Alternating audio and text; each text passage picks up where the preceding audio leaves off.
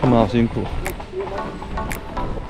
不知道是今天第几趟了，一直上山下山，上山下山的。最后一趟那个要8欧，我还不如给他80欧，让那个马休息一下。今天是我到德国的第3天，继昨天去了罗滕堡后，今天也是跟团出去玩。这次要去的地方是新天鹅堡。新天鹅堡也是很多人到德国旅游必去的景点之一。今天来跟我一起去看看吧。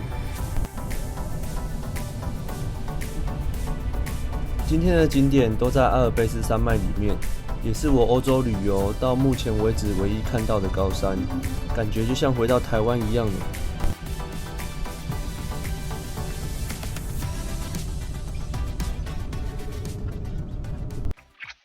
我现在来到我们今天的第一站林德霍夫宫。这个旅途呢是第一站先去林德霍夫宫，然后第2站到上高马，第3站就是新天鹅堡。我现在在去林德霍夫宫的路上，已经拿到门票了。刚整路呢，让我有点感觉就是回到台湾的感觉，就是整个充满的山脉、高山，然后大自然的那种氛围。因为在英国或是法国或是德国北部那边都没有像台湾一样的那种山脉，都比较平坦一点这样。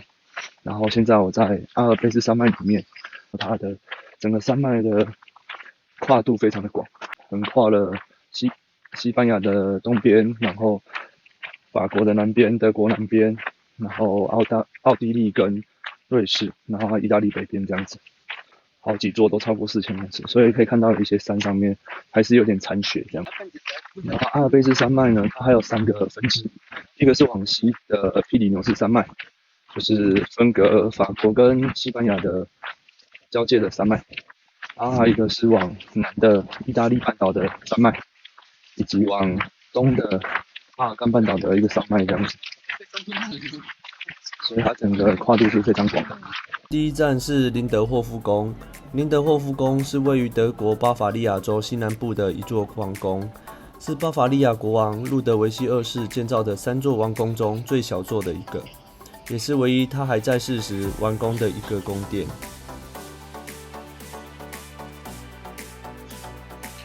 因为我买的门票上有入场时间，现在还不能进去，所以先在外面晃晃，欣赏美丽的庭院。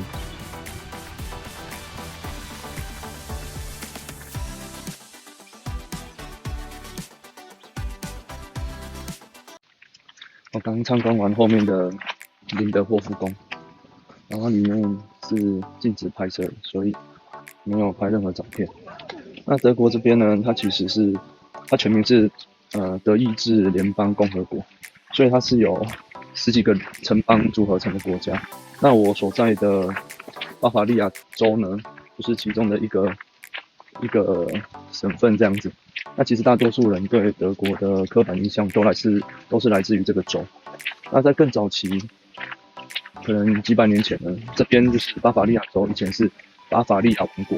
那后面的林德霍夫宫就是其中一个国王，巴伐利亚王国的路德维希2世盖的一个王宫。那其实从法国到德国看到不同的王宫、不同国王盖的宫殿，其实每个国王的特色都不太一样。从里面的装饰啊，然后格局等，可以看出他们不同的个性。这样，我现在要回车上了，准备前往下一站。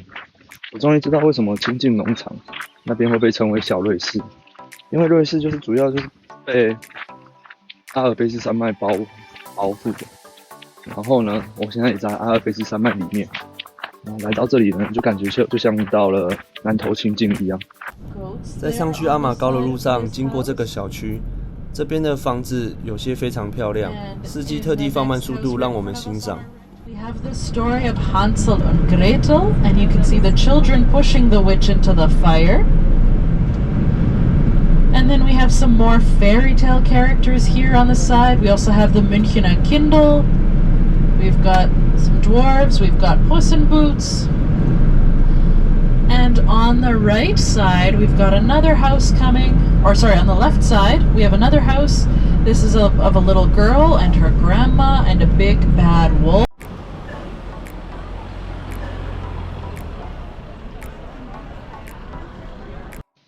我现在在上阿莫高，这个是在巴伐利亚的一个小镇，是我今天的第2站。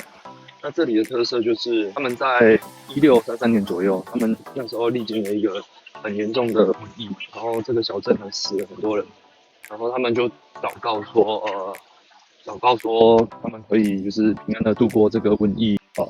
他们会每10年来演一个耶稣受难的剧场来还愿这样，所以他们现在就是从17世纪开始，他们每10年就会演一次耶稣受难剧这样，然后也吸引了世界各地的人来观赏。然后他们表演地点就是在我后面的这个剧场。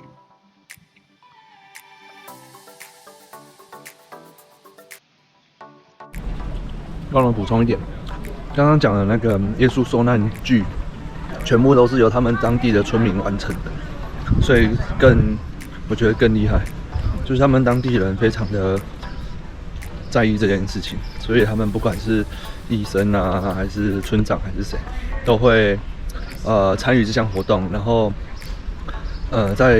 都会争取当演员的机会，然后为这个剧贡上自己的一己之力，这样子。这边也有贩卖德国有名的布谷鸟钟，或是叫布谷钟。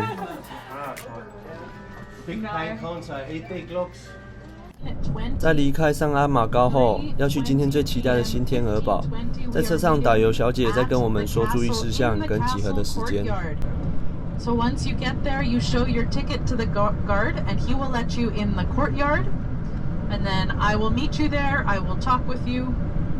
After your tour, you exit out the side of the castle, turn right and walk downhill. If walking downhill is hard, I would recommend taking the carriage on the way down. And then back to our parking lot at P4 by the lake. 现在我到了今天的重头戏，就是我主要想来的地方，就是天鹅堡。今天堡那边，现在呢，我要先去吃饭，现在大概下午1点多。然后刚刚导游说有3种方式可以上山，一个是搭马车，然后一个是坐接驳巴士，然后一个是用走的，用走的大概走40分钟，然后马车要8欧，然后坐接驳巴士3欧，然后上去都还要再就是到上面的站点，然后再走15分钟左右才可以到城堡。那我想说，这段时间还蛮充裕的，因为我的票是3点35进场，然后现在才1点40、1点50，所以还有很多的时间，所以我决定先吃个饭，那等一下慢慢走上去，然后再看状况，如果会累的话，等一下下来再坐接驳巴士下来。因为还有一点时间，所以先来旁边的旧天鹅堡逛一逛，但是没有门票就没办法进去参观。然后现在要往新天鹅堡方向前进。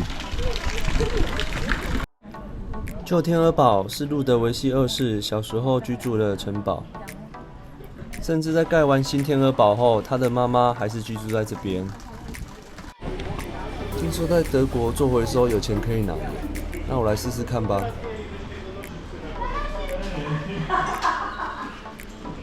Excuse me. Did you receive the bottle? Yes.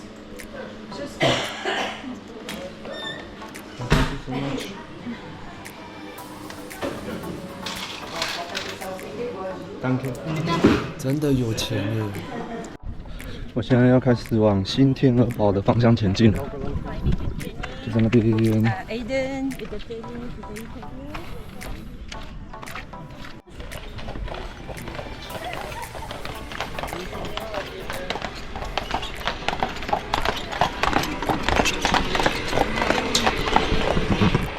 坐一趟那个要8欧，我还不如给他80欧，让那个马休息一下。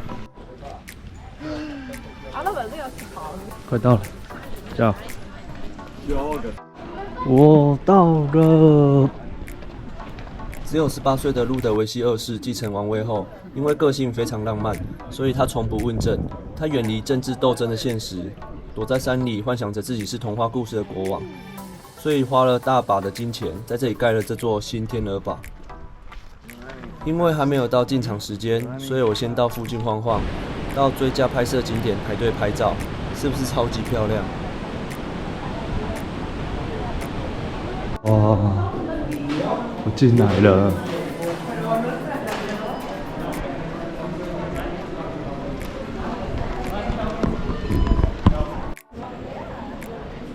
进来的时候要排队，我的是491号，再2分钟。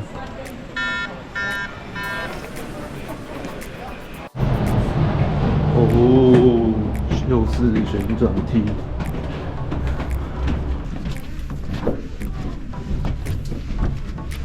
It's getting tired. You can go past me if you want. Thank you so much. It's almost there. I'm good.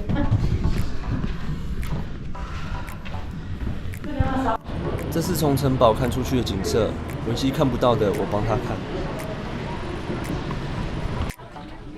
逛完了新天鹅堡，它里面也是不给拍照，所以没办法录给大家看里面长什么样子。有机会的话自己过来欣赏吧。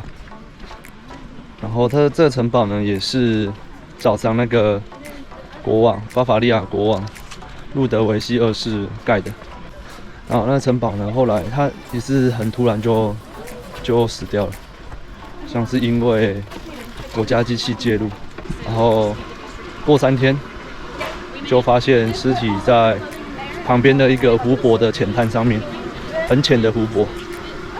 然后听说他是个游泳高手，所以就一直到现在还是调查不到他的死因，这样子一直是个谜。然后现在我要准备回车上集合，结束今天的行程。现在大概4点多，我们5点集合，然后回到慕尼黑大概2个小时，7点左右。好，结束今天行程，希望大家期待我下一支影片，拜拜。路德维希二世在死前写了一封信，愿未来看见新天鹅堡的人，跟我一样能够享受在梦幻的童话故事般的世界里，被它的美赞叹，而感受到幸福与愉悦。我想他的愿望实现了吧。